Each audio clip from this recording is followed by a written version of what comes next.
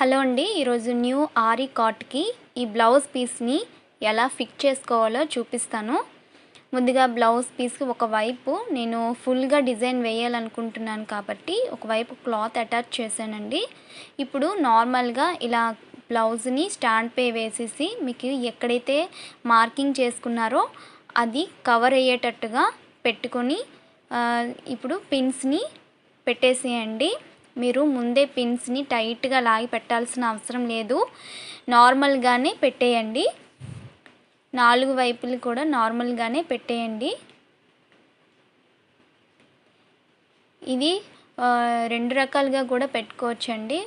Back front ఒకేసారి కుట్టాలంటే 2 కొంచెం adjust చేసుకొని పెట్టుకోవాలి.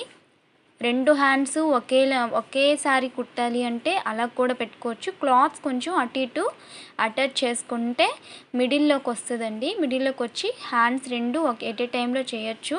ఇది మనకి ఎలా కావాలంటే అలా పెట్టుకోవచ్చండి. ఈ స్టాండ్ చాలా యూజ్ఫుల్ అన్నమాట. బ్యాక్ పెయిన్ కానీ కాలు నొప్పులు కానీ ఏమీ రాదు. చాలా స్టాండ్గా కూర్చొని మనం వర్క్ చేసుకోవచ్చు. ఈ స్టాండ్ తీసుకున్నాక చాలా నాకు రిలీఫ్ అనిపించింది.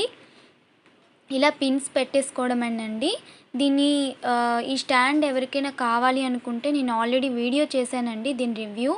సో నాకు మళ్ళీ అడిగారు కాబట్టి నేను చేస్తున్నాను.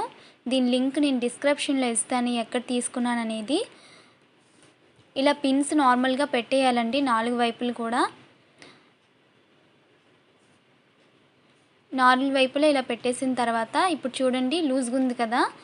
ఇప్పుడు ఒక్కొక్క పిన్ను తీసుకొని టైట్గా లాగి పిన్ని పెట్టాలండి.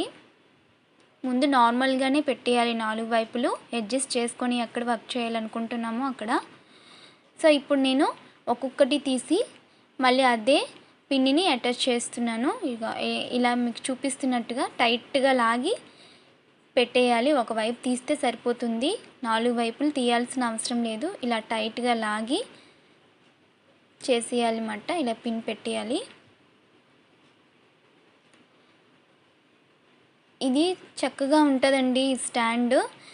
ఇది నా కింద కూర్చొని చేసుకునేది కాదు. ఇగోండి ఇక్కడ నేను కొట్టి చూపిస్తున్నాను, చూసారా ఎంత టైట్గా ఉందో. సో ఉగ్గులు అనేది రాకుండా ఉన్నది కదా.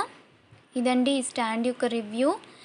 ఈ బ్లౌజ్ నేను ఎట్ ఏ టైంలో కూడా స్టిచ్ చేయగలను. అంత ఫాస్ట్గా అవుతుంది అన్నమాట. మనకి రిలీఫ్గా ఉంటుంది. డిస్క్రిప్షన్లో పూర్తి వివరాలు ఉంటాయి.